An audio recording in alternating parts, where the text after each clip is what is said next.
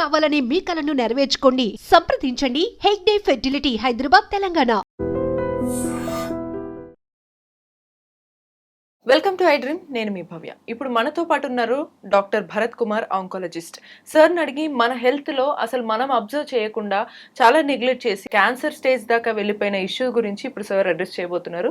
సార్ని అడిగి తెలుసుకుందాం. నమస్తే సార్. నమస్తే అండి. సార్, నేను అన్నట్టుగానే ఒక ఇష్యూని మేము తెలుసుకోలేకపోతాం.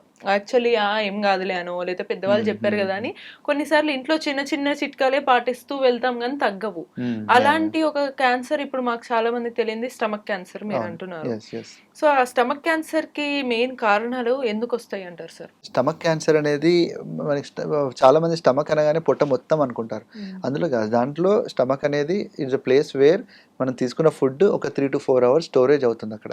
దాని తర్వాత అక్కడ నుంచి కింద మన చిన్న పేగులోకి పెద్ద పేగులోకి వెళ్తుంది. ఆ ప్లేస్, ఆ స్టోరేజ్ ప్లేసే మన స్టమక్ అనమాట.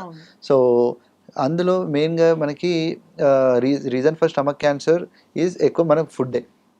మనం తీసుకునే ఫుడ్, ఆహారము, and also smoking and obesity and ఈ life style changes, loss of physical activity కానీ ఇవన్నీ. ఎస్పెషల్లీ ఫుడ్లో చూసుకున్నట్టయితే మనకి ఈ స్మోక్డ్ ఫుడ్ అంటాం కదా, స్మోక్డ్ ఫుడ్ అండ్ ప్రిజర్వేటివ్స్ ఉన్న ఫుడ్, ఈ మన ఎక్కువగా ఈ చార్కోల్ మీద చేసినటువంటి ఫుడ్, అవన్నీ కూడా one of the reason for charcoal మీద చేసింది. లైక్ బయట మనము తీసుకునే కబాబ్స్ కానీ గ్రిల్స్ కానీ నేచురల్ అంటారు. లేదండి, charcoal is not good for grill type లో చేసుకునేవి ఉంటాయి కదా, అవన్నీ కూడా. అండ్ ప్రిజర్వేటివ్స్, ఎస్పెషల్లీ ప్రిజర్వేటివ్స్ ఉన్నాయి. All these things are not good అనమాట. అండ్ ఎస్పెషల్లీ మనకి చాలా మంది మమ్మల్ని అడిగితే చెప్పేవాళ్ళు ఏం చెప్తారంటే, నాకు ఈ సిమ్టమ్ ఎప్పటి నుంచో ఉండే సార్, కాకపోతే నేను అసిడిటీ అనుకొని వదిలిపెట్టేశాను అనేసి చెప్తుంటారు. సో నేను అందరికీ ఏం చెప్పాలనుకుంటున్నా అంటే, ఒక 40 to 45 years దాటిన వాళ్ళు ఏ symptom of upper tract symptom అంటే ఏంటంటే ఈజీ ఎర్లీ సటైటీ, అంటే కొద్దిగా తిన్నా కూడా కడుపు నిండిపోయింది పైన స్టమక్ అంతా టైట్ ఫీలింగ్ రావడం. అంటే ఇది వరకు మీరు ఎంత క్వాంటిటీ తింటారో అందులో మీరు క్వాంటిటీ తగ్గించేసి కొంచెం తిన్నా కూడా నాకు కడుపు నిండిన ఫీలింగ్ రావడం. అండ్ నెక్స్ట్ వచ్చేసి తిన్నది సరిగా జీర్ణం అవ్వట్లేదు అనిపించడం.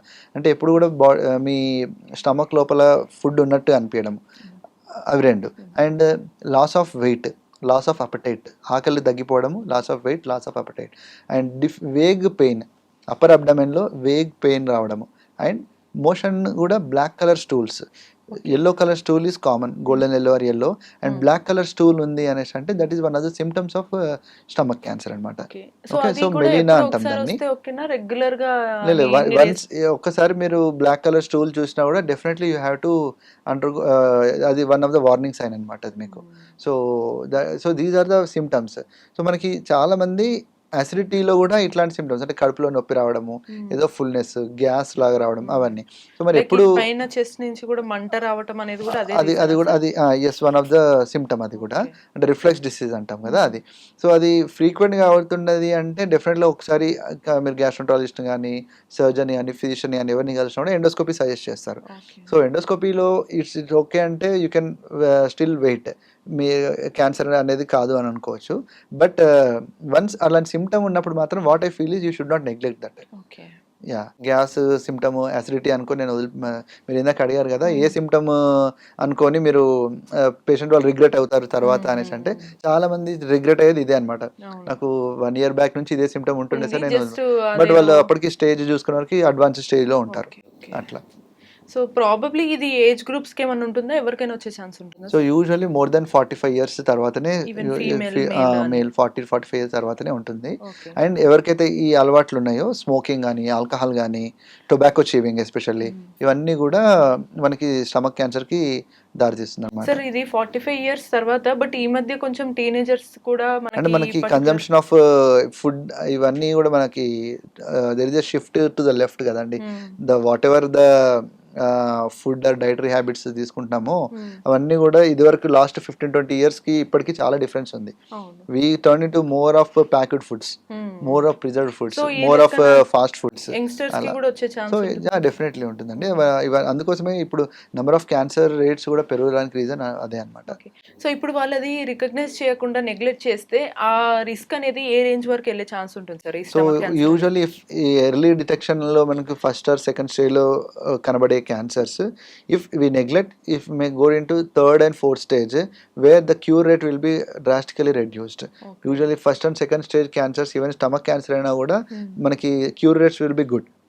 But once we go to third stage or fourth stage stomach cancers, we don't even offer them any kind of anti-cancer treatment also. Ala. So early detection is the key anamata.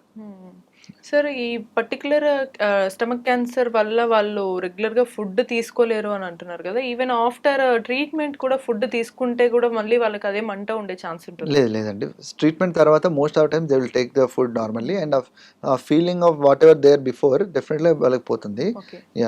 Sir but ఇది క్లియర్గా okay stomach cancer అనేప్పుడు మనకి ఇక్కడంతా మంట ఉంటుంది, నొప్పి ఉంటుంది అని అనుకొని వెంటనే భయపడి వెళ్తారు. బట్ ఒకవేళ అది గ్యాస్ వల్ల వచ్చిన నొప్ప లేదా స్టమక్ క్యాన్సర్ వల్ల వచ్చిన నొప్ప అని వాళ్ళు కొంచెం వెంటనే డిఫరెన్షియేట్ చేసుకోవాలంటే ఏం చేయాలంటారు? సో ఇది సిమ్టమ్స్ ఆర్ ఓవర్లాపింగ్ సిమ్టమ్స్ ఉంటాయి కాబట్టి డెఫినెట్గా we have to undergo some intervention like endoscopy చేయడము, ఎండోస్కోపీలో కొంచెం బయాప్సీ చేయడము, అలా చేసిన తర్వాతనే మనకి తెలుస్తుంది. Or else sometimes CT scan, ultrasound scan, CT scan అలా ఇన్వెస్టిగేట్ చేసే తెలుసుకోవాలి. వెన్ సిమ్టమ్స్ ఆర్ ఫ్రీక్వెంట్గా ఇవే సిమ్టమ్స్ వస్తున్నప్పుడు మాత్రం definitely we have to evaluate further. ఒకవేళ గ్యాస్ కూడా హెవీగా అయ్యి కంటిన్యూస్ గా వాళ్ళకి ప్రతిసారి ఇన్ టైం ఫుడ్ ఇంటేక్ లేకపోవడము లేదా ఎక్కువ స్పైసీ ఫుడ్ తీసుకోవడం, వీటి వల్ల లాంగ్ టర్మ్ ప్రొలాంగ్ అయితే కూడా ఇది స్టమక్ క్యాన్సర్ అవ్వచ్చు. అది డెఫినెట్లీ గా ఉంటుందండి. సో ప్రాబబ్లీ అందరూ కొంచెం ముందు వన్స్ గ్యాస్ వచ్చినప్పుడు అసిడిటీ అనే దాన్ని నెగ్లెక్ట్ చేయకూడదు. సో ఇప్పుడు చాలా ఇయర్స్ టుగెదర్ నాకు అసిడిటీ ఉంది అనుకున్నప్పుడు మాత్రం డెఫినెట్గా ఇంటర్మీడియట్ గా you have to consult your gastroenterologist, you should undergo some endoscopies, చూసుకొని మీ లోపల ఎలా ఉంది అనేది ఒకసారి గమనించి మీరు తర్వాతనే దాన్ని నెగ్లెక్ట్ చేయొచ్చు. అలా సో ప్రాబబ్లీ మన హెల్త్ని నెగ్లెక్ట్ చేయొద్దు అనేది అయితే సార్ డైరెక్ట్గా చెప్తున్నమాట. అండ్ ఇంకో మాట ఏంటంటే మన హెల్త్ని రెగ్యులర్గా వచ్చే ఈ గ్యాస్ సమస్య ప్రతిసారి గ్యాస్ సమస్య కాకపోవచ్చు, మన స్టమక్ క్యాన్సర్ కూడా రీజన్ అయ్యి ఉండొచ్చు. సో వెంటనే దానికి మనం ఒక్కసారి డాక్టర్ దగ్గరికి వెళ్ళి కావాల్సిన ట్రీట్మెంట్ చెక్ చేసుకుంటే ఓకే హ్యాపీగా క్యాన్సర్ లేదంటే హ్యాపీగా ఉండొచ్చు, బట్ ఉందంటే మాత్రం వెంటనే క్యూర్ చేసుకోవాల్సిన బాధ్యత మనకు ఉంటుంది. సో ఇలానే మరిన్ని ఇన్ఫర్మేషన్స్ తెలుసుకోవాలి అనుకుంటే కీప్ వాచింగ్ ఐ డ్రీమ్.